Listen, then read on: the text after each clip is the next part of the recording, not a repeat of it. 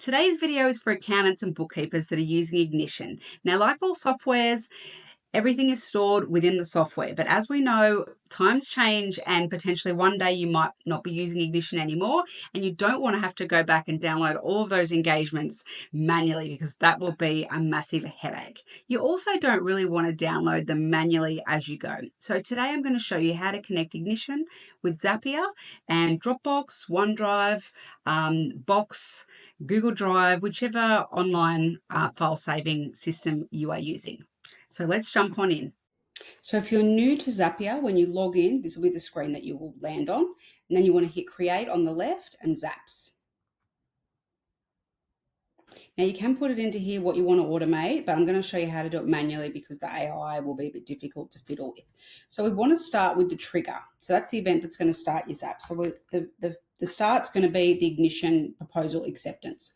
So basically what you're going to do is it will connect with Ignition as you just chose. You will choose the trigger event, proposal accepted. You'll need to log it into your account if you haven't already. If it's the first time in Zapier. You will hit continue. It will come up. It will want you to test it. So at each step, it will test the trigger. So you will test the trigger, which I'm not going to do at this stage because this is just a demo. I'm going to pop into one that I've done previously because it'll be easier to walk you through that. So then the next step, you'll hit the plus. You'll choose Dropbox. You'll log it in same way as you would have with Ignition. Then you will choose Dropbox. Then you will choose the action event, find the folder, log into the account, hit continue.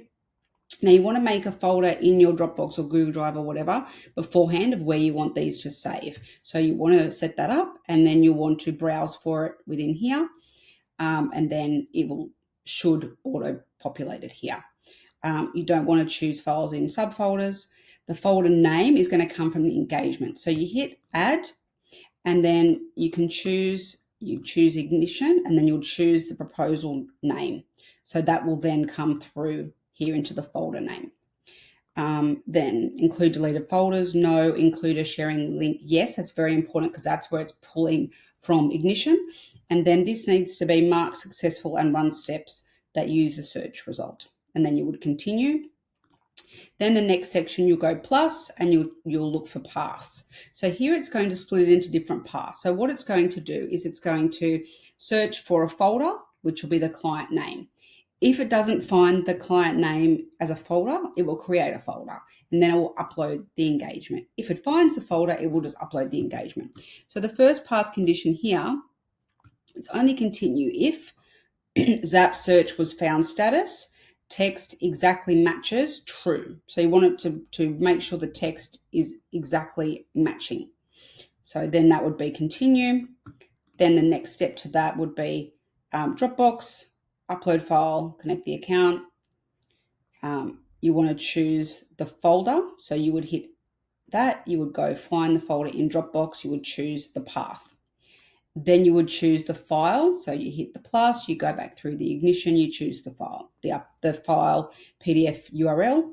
You don't want to overwrite it.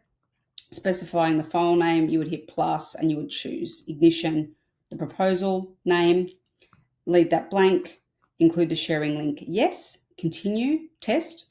Then the other path is custom rules.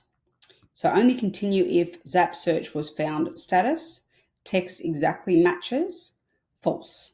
So this is saying if it doesn't match, then it's going to, the next step will be create the folder. So Dropbox, create folder, Dropbox account, the folder, you select it, folder name, client name, continue, test, and then upload the file is the final one, which is similar to the one that I just did before.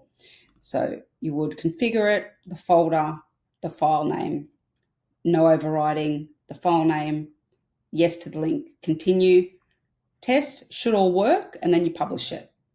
Now, if it's worked when you hit the test, you will see a file and a folder in your Dropbox. So double check that first to make sure that it's all gone through. So I hope that gives you some insight on how Zapier works and how to set it up for Ignition and Dropbox and the flow that I showed you, but also the other flows. Just have a little bit of a tinker. It's not that difficult once you get the hang of how to use it. And if you've liked this video, as always, I would love you to like it, leave me a comment and subscribe to my channel. As the more people comment and like and subscribe, YouTube will push my videos out to other people so that more people watch it. Also, if you've found this on any other social media, I would love for you to share it around on your social media. Until next time, I'm Natalie Lennon. See you soon.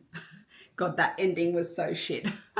Anyway, I'm going to keep it real. I'm going to keep that in there. See you again soon.